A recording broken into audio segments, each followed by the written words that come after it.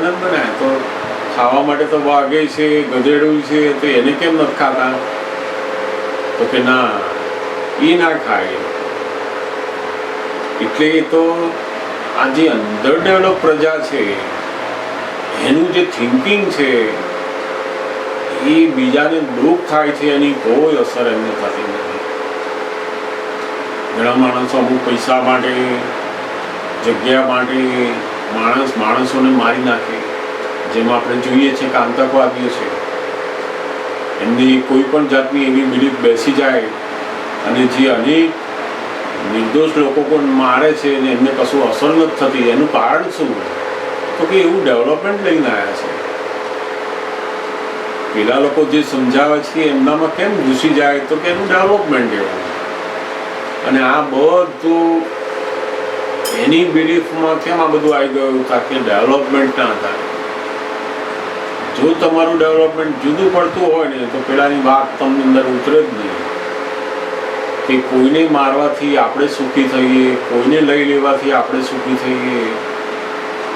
એ ડેવલપમેન્ટવાળા જીવોને અંદર ગમે નહીં. આ ડેવલપમેન્ટ છે. ઘણી વાર નથી તો બીજાનો વાપરવામાં લોકોને બહુ જ મજા આવે. આ બધું શું છે? એ ડેવલપમેન્ટ એવું. પોતાનું હોય એ વાપરે નહીં, બીજાનું વાપરે, ખરાબ કરે, બગાડે. આવું ડેવલપમેન્ટ જુદી જુદી. એટલે આપણને જો એવી સમજ આવે ને કે આ દેખાય છે બધા માણસો, પણ એનું વર્તન, એના વિચારો, એની જે વાણી છે એ પેલા ડેવલપમેન્ટના આધારે નીકળે છે. એટલે એ સમજ પડે કે હો જુદું જુદું ડેવલપમેન્ટ વાળો માણસ છે એટલે આપણે એની જોડે એવું એડજસ્ટમેન્ટ છે. આપણે એનો દોષ જોવાની જરૂર નથી કે આ કેમ આવું બોલે છે અથવા આવું કેમ વર્તન કરે છે. આપણે બધાને કહીએ કે શાંતિ રાખજો, બધાને જમવાનું મળવાનું જ છે, પણ પેલાને રહે નહીં શાંતિ. એનું કારણ શું? તો કે એનું ડેવલપમેન્ટ છે. આપણે છો ને ગમે તેટલું કહીએ પણ એની શાંતિ રહે નહીં. એટલે દાદા ભગવાન કહેતા ને ઘણા બધા માણસો એવા છે કે જેનું ડેવલપમેન્ટ એકદમ હાઈ છે, જેને પોલીસવાળાની જરૂર જ નથી. અને કેટલાક માણસો એવા છે કે જેને પોલીસવાળાની જરૂર છે. એને કોઈ તમે કાયદો મૂકો નહીં ત્યાં સુધી એ કંટ્રોલ કરે નહીં, કારણ કે એનું ડેવલપમેન્ટ એવું છે. અને કેટલાક માણસો એવા છે કે બિલકુલ એને પોલીસવાળાની જરૂર નહીં. તમે કહો કે આમ વર્તો બધા એટલે એવી રીતના ફોલો થયા જ કરે. એટલે એ જુદા જુદા ડેવલપમેન્ટના આધારે આ બધું છે. આપણને એવું લાગે છે કે આને કેમ સમજ નથી પડતી, આ બધા રહે છે એમ કેમ નથી થતું? ડેવલપમેન્ટ છે. એટલે જેમ જેમ આપણને માણસોના ડેવલપમેન્ટની વસ્તુ સમજ પડતી જશે એમ આપણી અથડામણ ઓછી થાય. આપણે એની જોડે કેવી રીતે રહેવું, વર્તવું એ બધું આપણને સમજાતું જાય. એમાંય આ જે આધ્યાત્મિક ડેવલપમેન્ટ છે એને તો આખું આ વેજીટેરિયન ઉપર આવે. નોન વેજ છે ત્યાં સુધી એનું આધ્યાત્મિક ડેવલપમેન્ટ એ અંદર ડેવલપ ગણાય છે. કારણ કે કોઈ પણ જીવને મારીને આપણે એમાંથી સુખ લઈએ અથવા આનંદ લઈએ છીએ એ બહુ મોટી હિંસાનું આવરણ છે. પેલા જીવને માર્યો એનું પાપ એ તો અલગ, પણ મોટામાં મોટી વસ્તુ એ જીવને મારીને આપણે એને ફૂડ ઉપયોગ કર્યો, એ ફૂડથી આપણું જે આખું આવરણ આવે છે એ આવરણના કારણે આપણને અધ્યાત્મની વાતો સમજાય નહીં, આપણા વર્તનમાં આવે નહીં જલ્દી, આપણી દર્શન એવું થાય નહીં, સમજ ફિટ થાય નહીં બરાબર. કારણ કે ફૂડ એવો છે. એટલે વેજીટેરિયન ફૂડ શરૂ થાય અને એમાંય પછી ધીમે ધીમે આગળ વધે. એમાં કંદમૂળ જેમ ઓછા કરતા જાય એમ એથી આગળ ડેવલપમેન્ટ વધે છે. કંદમૂળ એટલે આ જે જમીનની અંદર બધા વનસ્પતિઓ થતી હોય, જેમ બટાકા છે, શક્કરિયા છે, આ બધા કંદમૂળ કહેવાય, જેના એક કંદમાંથી, એક દાણામાંથી મૂળ તરીકે ઉપયોગ થતો હોય. બટાકાનો એક નાનકડો આટલો કોણ લીધો હોય, જો તમે જમીનમાં નાખો ફરી બટાકો થાય. કંદમૂળ કહેવાય. જે એક બટાકાની અંદર કરોડો જીવો રહેલા હોય. બટાકા, શક્કરિયા, આ બધી જે વસ્તુ છે એ બધા કંદમૂળમાં જાય છે. એ કંદમૂળ પણ જો ધીમે ધીમે ઓછા લે તો એની સમજવાની જે શક્તિઓ છે એ બહુ જ વધતી જાય. આપણે મહાત્માઓ તો ફાઇલનો સંભાવે નિકાલ છે, હવે આહાર કરે છે, પણ છતાંય આપણે આનો જાગૃતિ રાખીને ઉપયોગ કરવાનો છે. એનો મતલબ એવો નહીં કે આપણે આને ગમતું હોય ને ખાયા જ કરવાનું, એવું કંઈ જરૂર નથી. આપણે કોઈ જગ્યાએ ગયા અને ત્યાં આગળ આપણને બટાકાનું શાક હોય કે એવું મળ્યું ને એ જ ખાવાનું છે, તો આપણે એનો ઉપયોગ કરવાનો. ત્યાં સંભાવે નિકાલની આજ્ઞા છે, પણ તમારી પાસે સ્વતંત્રતા છે, તમે ઘરમાં છો અને તમારે ચોઈસ કરવાની છે, તો પછી તમારે વિચારવું જોઈએ કે મને શું ફાયદાકારક છે. કે એવા સમયે જો તમે તમારા કંદમૂળના ઉપયોગ ઓછા કરો તો તમારી જે સમજવાની શક્તિ, ડેવલપમેન્ટ એ વધતું જ જાય. અને આપણી પાસે તો આ સમજણ વધે, આપણું ડેવલપમેન્ટ ફૂડના આધારે વધે, તો આપણે જ્ઞાનમાં એ જાગૃતિનો ઉપયોગ કરી શકીએ. આપણને ઘણી બધી જાગૃતિ હોય છે, પણ આ જે ફૂડ છે એ એવો લેવામાં આવે કે એનું આવરણ આવી જાય, જાગૃતિને રોકી દે છે. એ મહાત્માઓએ પણ ધીમે ધીમે આ બાબતનું ધ્યાન રાખવું જોઈએ કે આપણે બની ત્યાં સુધી પ્રશ્ન હવે આપણે પૂછવાનું રાખીએ.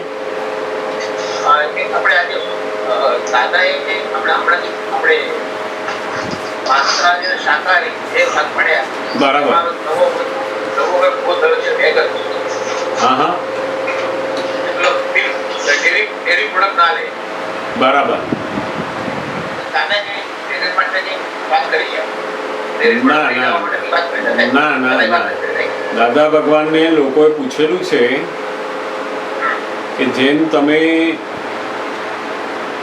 ગાય હોય તો એનું માંસ ના લો તો દૂધ એનું પ્રોડક્ટ જ થઈ ને, પ્રાણીની પ્રોડક્ટ છે ને. લોકોએ પૂછ્યું એમને, તો પછી એનું દૂધ લેવાનું શા માટે કહ્યું છે? એટલે દાદા ભગવાને કહ્યું કે ગાયનું જે દૂધ છે એ હંમેશા એના બચ્ચાને પીવડાવે એના કરતાં વધારે હોય છે એના, અને એ મનુષ્યો માટે જ છે. એને પછી નોનવેજ ગણાતું નથી એમાં. એટલે ડેરી પ્રોડક્ટ જેટલી છે એ નોનવેજ ગણાતી નથી. હવે પછી આ લોકો બધા જાતનું કરતા હોય, એની પાછળનું આખું આ ફૂડ જે વિજ્ઞાન છે એમાં શું છે તો કે જે ફૂડ લેવાથી બહુ જ વધારે પડતું ડોઝિંગ થાય, તમને કલાકો સુધી ભૂખ ના લાગે, એ ફૂડનો ઉપયોગ ઓછો કરવો જોઈએ. બસ એકદમ બેઝિક જો સમજવું હોય તો આ બહુ સરસ છે કે વેજીટેરિયનમાં શું લેવું જોઈએ.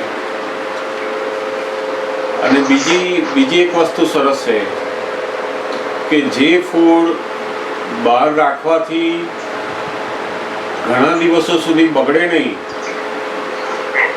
એવો ફૂડ આપણી પાચન ક્રિયામાં બહુ જ મોડો પચે. જેમ તમે કોઈ પણ સ્વીટ લો, લાડુ હોય તો આપણે એને 10 દિવસ સુધી બહાર રાખીએ બગડી જાય ખરા? લાડુ બનાવેલા હોય આપણે 10 દિવસ રાખીએ તો બગડી જાય. એટલે બહાર જે વસ્તુ બગડે નહીં એ ફૂડ આપણા પાચનની અંદર બહુ જ વાર લાગે, અને જે ફૂડ કલાકની અંદર બહાર બગડી જાય એ તમે લો ખાવામાં તો જલ્દી પચે. જેમ તમે ખીચડી હોય, ભાત હોય, તમે ખીચડી મૂકી રાખો બહાર, 2 કલાક પછી બગડી ગઈ હોય, તો એવી વસ્તુ તમે લો ને એ તમારી પાચન ક્રિયામાં સૌથી સરસ રહે.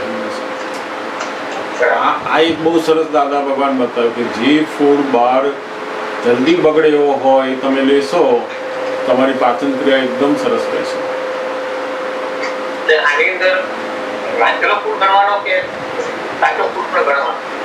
કાચો ગણવાનો, બધો ફૂડ આવી ગયા.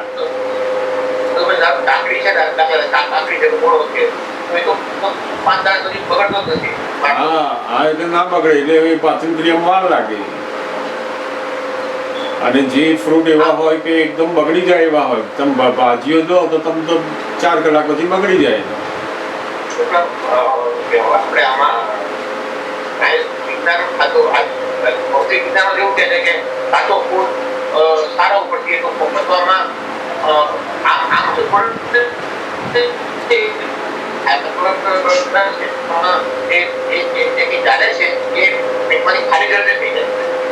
હા એટલે આમાં કેવું છે કે જાત જાતના એક્સપેરિમેન્ટ ઉપર જાત જાતના વ્યૂ છે એ બધા, પણ એ બધા વ્યૂ છે. અને એ વ્યૂ એટલે દરેક પ્રકૃતિને અનુરૂપ છે. પાછું અમુક પ્રકૃતિ જે હોય, ધારો કે કફ, પિત્ત અને વાયુની પ્રકૃતિ પર છે, અને જે સમયે જેવી પ્રકૃતિ હોય એને અનુરૂપ પેલો ફૂડ આવે ને તો એને હેલ્પિંગ કરે. જેની વાયુ પ્રકૃતિ ચાલતી હોય ને એ મૂળો લે તો એને હેલ્પિંગ થાય, એને વાયુને ઓછો કરે. પણ જેની કફ પ્રકૃતિ હોય પછી આ લે તો એને બહુ કામ ના લાગે. વસ્તુ એની એ જ છે, પણ એને એટલે શું છે કે કોઈ પણ વસ્તુ તમારી પાસે સહજતાથી આવે ને તો સમજી જવાનું કે તમારી પ્રકૃતિને અત્યારે હેલ્પિંગમાં છે.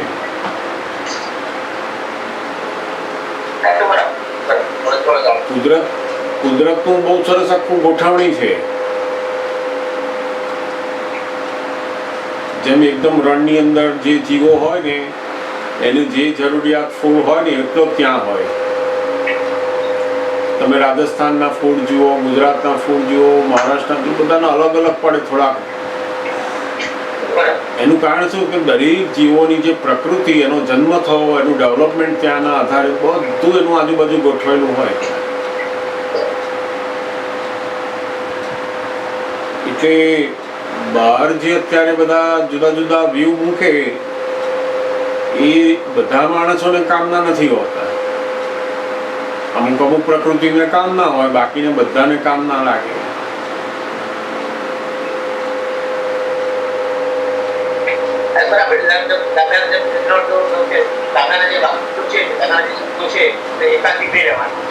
હા, એકાંતિક નહીં લેવાના કે ભાઈ એમણે આમ જ કહ્યું છે. હવે યસ, ગાઈડલાઈન છે. એમણે આમ જ કહ્યું છે, આ ના જ જોઈએ અથવા આ નથી જ સારું, એવું બધું નથી. એમનામાં શું છે તો કે ઝેર છે ને એ પણ કામનું છે. બસ એવું. એટલે જ્ઞાનીઓનું આખું જે દર્શન છે અનેકાંત વાળું દર્શન છે. એક વસ્તુ ઉપર નકારાત્મક નથી એમનું હોતું. ઘણા લોકોને હોય છે ને એકદમ કાચું જ ખાવાનું, પછી કાચું એ જ સાચું, તો પેલો કાચું જ ખા કરે. હવે જેને અનુકૂળ આવતું એ બરાબર છે, પણ જેને અનુકૂળ ના આવતું હોય એને પછી એની પાછળ નહીં પડવું જોઈએ. કારણ કે અમુક કાચી વસ્તુ અને અમુક રાંધેલી વસ્તુમાં ફેર શું છે તો કે પેલું તેજ નામનું તત્વ અંદર ઉમેરાય છે ફૂડમાં. તમે જ્યારે રાંધો છો બસ એટલે એ તેજ નામનું તત્વ તમારા શરીરમાં જાય તો તમારી બધી એનર્જી બરાબર રહેતી હોય છે.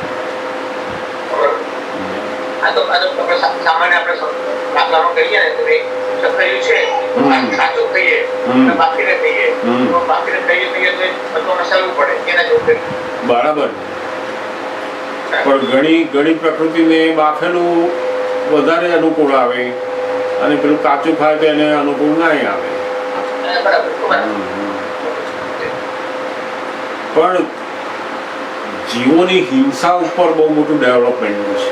દાદા ભગવાનનું જે આખું ફૂડનું છે એ હિંસા ઉપર. જે ફૂડની અંદર હિંસા ઓછી થતી હોય એવો ફૂડ તમે લો તો તમારું આધ્યાત્મિક ડેવલપમેન્ટ, આ વ્યવહારનું ડેવલપમેન્ટ બધું સમજ જલ્દી પડે. ઘણીવાર અમુક છોકરાઓને આપણે રોજ જે બટાકાનું ખવડાય કરીએ, મીઠાઈઓ ખવડાય કરીએ એ બધું, પછી એને થોડોક મોટો થાય ને પછી કે એને સમજ નથી પડતી હવે તો કદી સમજ પડે એટલે બધા બોલે ને તને સમજાતું નથી કે તારા મગજમાં બટાકા ભર્યા કે ના. એનું કારણ છે તમે ફૂડ તમને ખબર નથી આ એનું.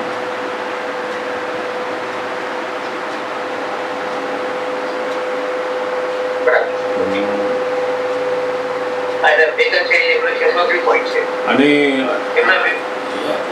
જુદા જુદા વ્યૂ પોઈન્ટ. અને આ જે હિંસાનું જે અંદર સમજણ પડે ને એ બહુ અગત્યનું છે કે જેમાં બિલકુલ હિંસા ઓછી હોય એવા ફૂડ. અને તીર્થંકરોએ એ જ વિજ્ઞાન આપ્યું છે.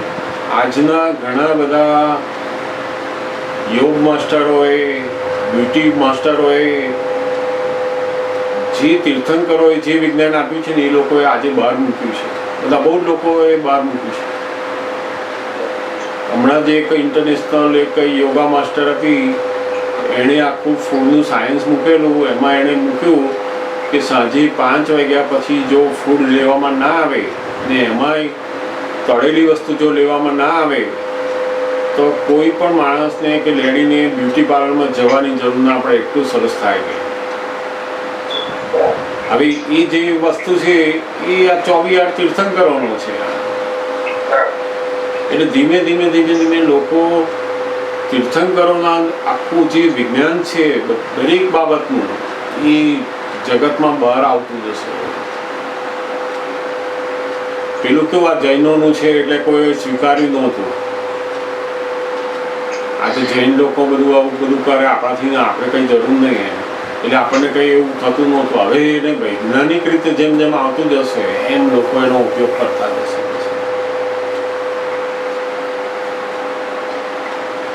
પણ આ ડેવલપમેન્ટ બહુ મોટી વસ્તુ છે.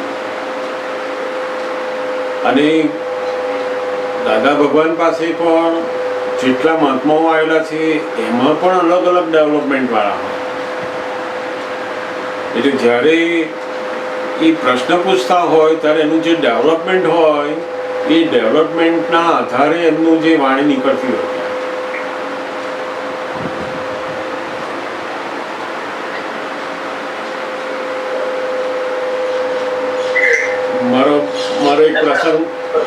મારો એક એવો પ્રસંગ બનેલો. દાદા ભગવાન આમ બધા આપતા મેં બેઠેલા અને સત્સંગ ચાલતો હશે અને કોઈ એક આપતા પુત્ર એક વાત પૂછી ગઈ એટલે દાદા ભગવાને સમજાવી, એનો જવાબ આપીને બધું સમજાવ્યું એને બધું, તો એને સમજ પડી નહીં એ બાબતની. દાદા ભગવાન પૂછ્યું ફરી તને સમજ પડી કે છે? એને કહ્યું કે ના મન ના સમજ પડી કે છે. એટલે હું આમ બાજુમાં બેઠેલો હતો એટલે એમણે મને એકદમ કહ્યું, મને કે તું એને સમજાય કે છે. એટલે મને અંદર તરત જ એકદમ વિચાર આવ્યો કે દાદા ભગવાને જે વાત સમજાય આટલી સરળ રીતે એ જો એને ના સમજાય તો હું શું સમજાવવાનું છું એને. એટલે આ દરેક વાત પેલા 10 જણ બીજા બેઠેલા બધાને સમજાઈ ગઈ અને આને ના સમજાય એનું કારણ શું? ડેવલપમેન્ટ. જુદા જુદા ડેવલપમેન્ટ વાળા વ્યક્તિઓને સમજ એની ક્લિયર થતા વાર લાગે. કેટલાકને એક વાત આમ પકડાય ને તો તરત પકડીને એના જીવનમાં શરૂઆત થઈ જાય એની. અને કેટલાકે 25 વર્ષ સાંભળે ને તો એને કશું સાંભળેલી જ રહે બસ ખાલી. ડેવલપમેન્ટ છે, જુદું જુદું ડેવલપમેન્ટ.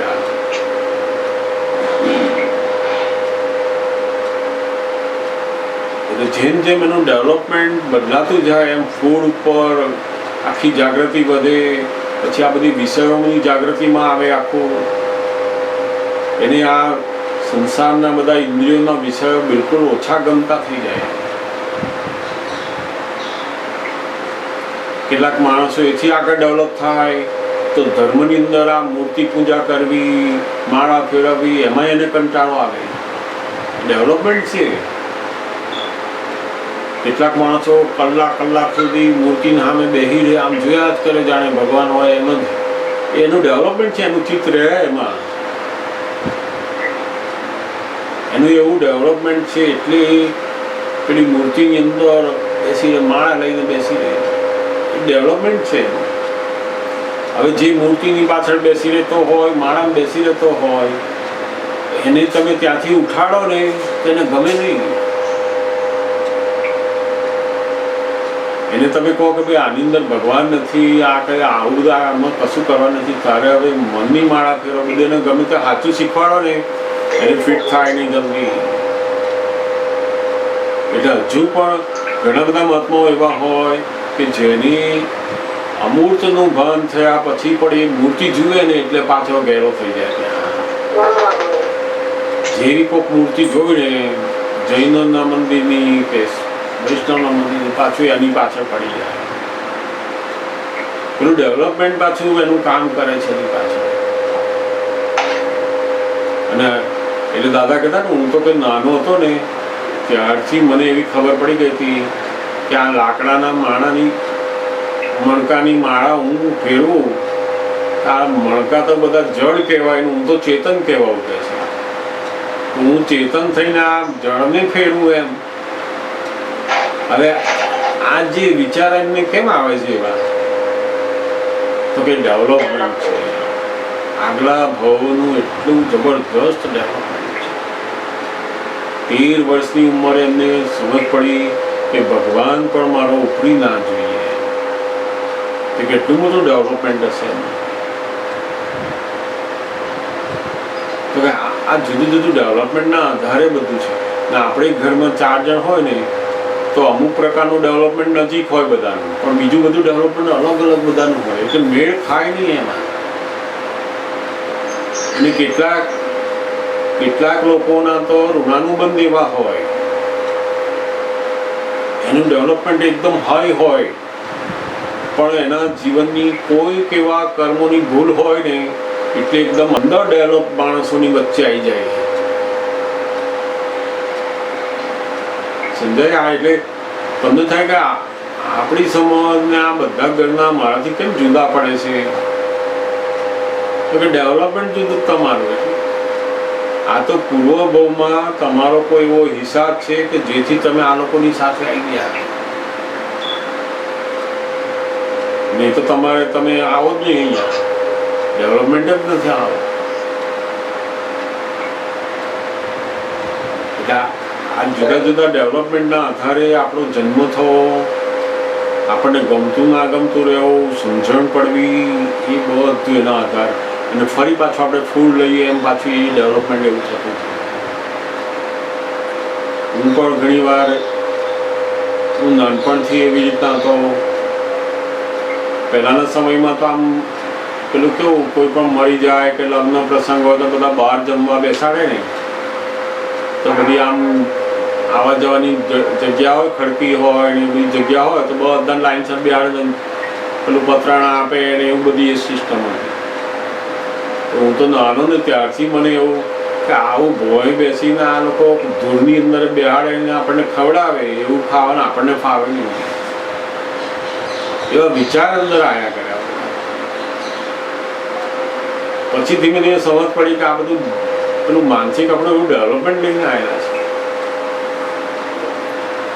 રોડ ઉપર કોઈ પણ લારી હોય ને આમ ઊભા રહેવાનું, આમ હાથમાં લઈને ખાવાનું, તો મન થાય કે આ તો કેવું ખાવાનું. જેમ પેલો એક ભિખારી ખાતો હોય તું ખાતો, એમાં ફેર શું લાગે છે એમને. તો હું 15 વર્ષની ઉંમરમાં મને આવા વિચારો આવતા. એ વખતે ખબર નથી પડતી, હવે મને સમજાય છે કે આ જુદું જુદું આપણા ડેવલપમેન્ટ એવા હશે પહેલાં, એવા વિચારો આપણને.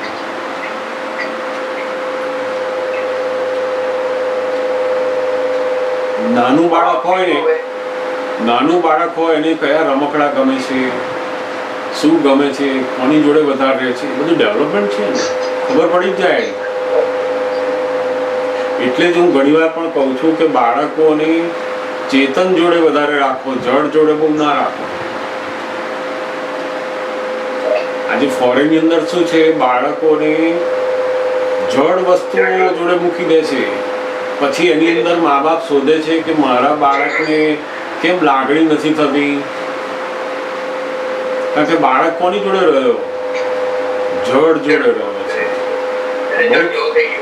સમજવા જેવું છે, આખો દિવસ બધા સાધનો, જળ સાધનો જોડે રહે છે, મા બાપ પાસે ટાઈમ નથી, મા બાપ પોતાના કામમાં છે. એટલે બાળકોને ચેતન જોડે રાખો. તમારો જેટલો સમય તમારી જોડે હોય તમે એની જોડે બેસો, વાતો કરો, રમો, ગમે તે કરો, પણ એને ચેતન જોડે રાખો. એને સંવેદના ખબર પડશે ને, લાગણીઓ ખબર પડશે. હા બોલો. આપણી ઈચ્છામાં એવું હોવું જોઈએ કે સરસ ખોરાક ખવાય. બરાબર, જે આપણો ભાવ છે અને જે કહીએ છીએ એ ભાવનો વિચાર બરાબર. બરાબર. હવે ભાવમાં એ સરસ કયો, સરસમાં જે 6 રસો કયા એ બધા બરાબર છે, પણ ભાગેલો ખોરાક અને કાચો ખોરાક એ સરસમાં કયા ભાગમાં આવે, કયા કાચા ખોરાક સરસમાં મૂકવાના, કયા કાચા ખોરાક. ઘણા કાચા ખોરાકની અંદર પણ જુદા જુદા રસ હોય છે. એમાં ખાટો હોય, મીઠો હોય, કડવો હોય. જેમ કારેલું હોય તો કડવો રસ વધારે મેક્સિમમ હોય. એવું એક કાચું હોય ત્યારે પણ રસ વધારે હોય એની અંદર, કડવાપણાનો. અને જ્યારે તમે એને રાંધો ત્યારે એનો રસ કડવાની અંદર બીજા રસો બધા ઉમેરો, મીઠું નાખો, ગોળ નાખો, એટલે બીજા રસો પાછા ઉમેરાય છે એની અંદર.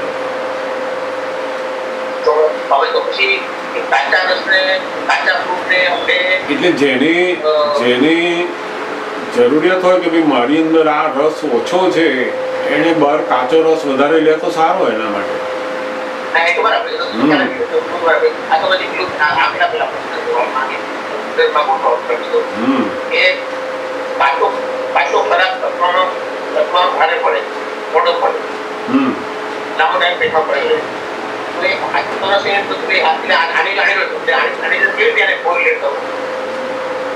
શની જોડે કાચો ખોરાક પચવામાં લાંબો ભારે પડે અને કાચો ખોરાકમાં સરસનો એ બધા સમન્વય કેવી રીતે કરવાનો? ના, એ તો કાચા ખોરાકની અંદર બધા રસો ના આવે.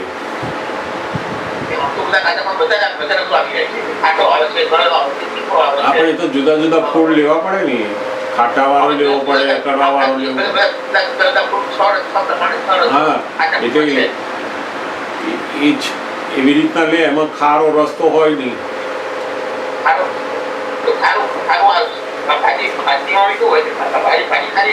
પણ તમે એટલા બધા એ 6 રસમાં કેટલા બધા વસ્તુ લેવી પડે.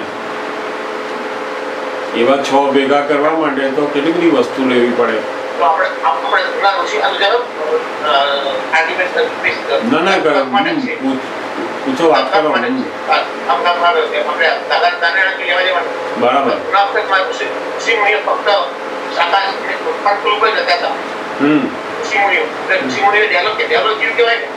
આ ડેવલપ કહેવાય, પણ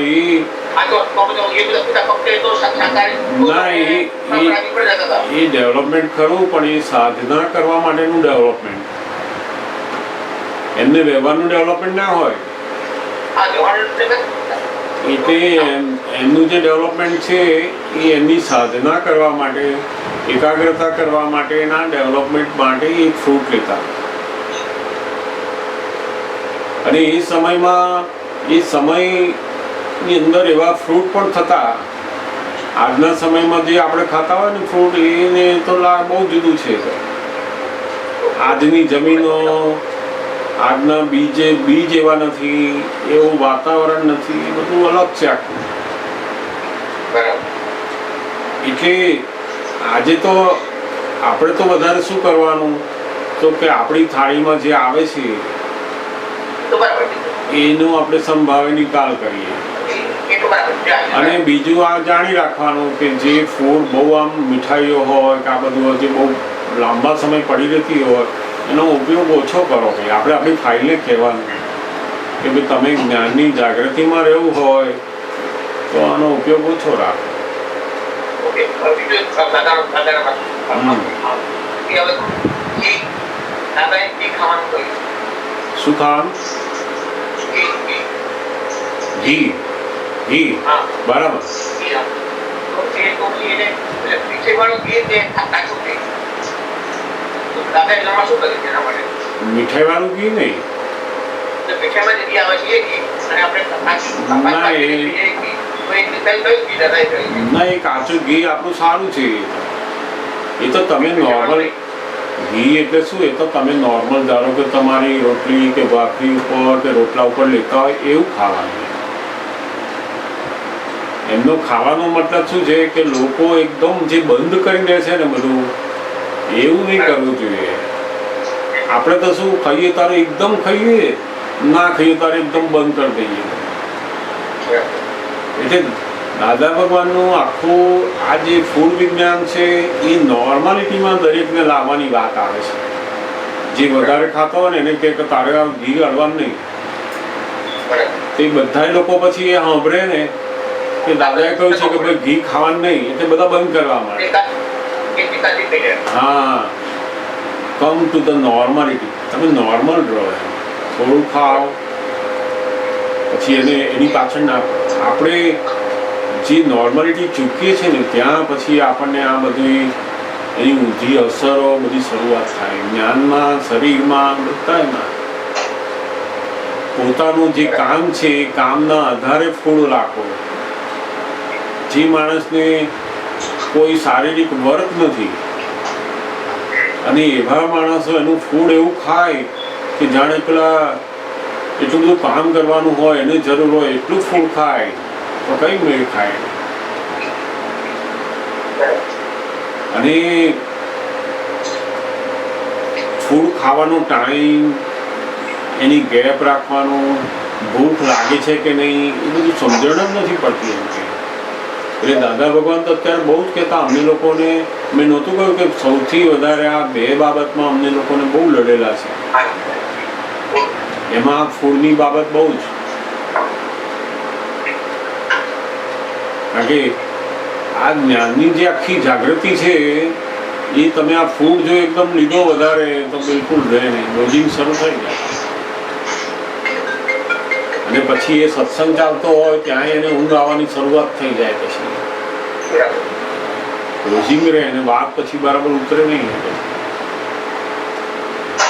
કીર્તન ભક્તિ હોય, સત્સંગ હોય તો આપણું ડોઝિંગ રહ્યા કરે એટલે એનો ફૂડ જ એવો છે.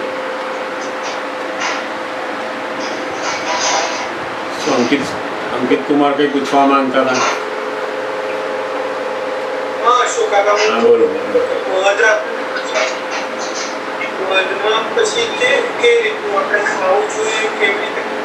શેમાં? લોજમાં મધ એ આપણા માટે વાંધો નથી. આમ બહુ જે છેલ્લામાં છેલ્લી જે વિગયની અંદર આવે છે ને એમાં મધ આવે છે. કંદમૂળ પછી આખું જે વિગય આવે 6 જાતની વિગય છે એમાં એક આ મધ આવે, દહીં આવે, એમાંય બહુ જીવો હોય પણ એ આપણે કંઈ બહુ એટલો બધો ફૂડ તરીકેનો એટલો બધો ઉપયોગ નથી હોતો. આપણો કંઈ જેમ આખું બધું રોજ ખાતા હોય એમ નહીં, એને તો બહુ તો મેડિસિન તરીકે અથવા કશામાં નાખી જ થોડીક વાર લેતા હોય. એ તો હેલ્પિંગ છે, એને બહુ વાંધો નથી. એટલે આપણે તો અહીંયા વેજ અને નોન વેજ ઉપર પહેલું આવવાનું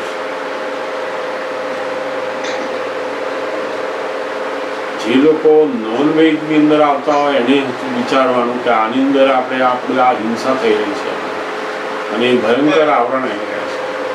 પછી એથી આગળ આપણે જવું હોય તો આ કંદમૂળ ઉપર આવે. બને ત્યાં સુધી કંદમૂળને આપણે ટાળો, બાળકોને આપણે પોતે ટાળો. જરૂર નથી. પહેલાંના સમયની અંદર માણસ પાસે પૈસા અને એવી ગોઠવણી બધી નહોતી કે એટલે બટાકા લાવીને મૂકી જ રાખ્યા હોય.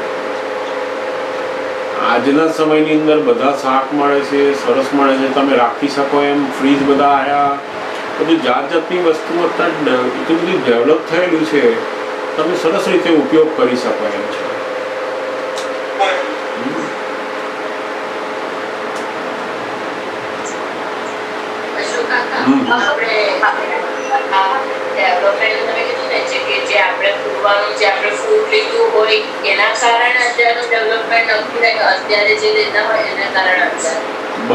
બંને પહેલાનું ડેવલપમેન્ટના આધારે આપણો જન્મ થાય એવી જગ્યા ઉપર એટલે એવા જ ફૂડ લેવાના વિચારો આવે અને પાછા એ લઈએ એટલે ફરી પાછું એ આવરણ રૂપે ડેવલપમેન્ટ એમાં નીચું લઈ જાય પાછું.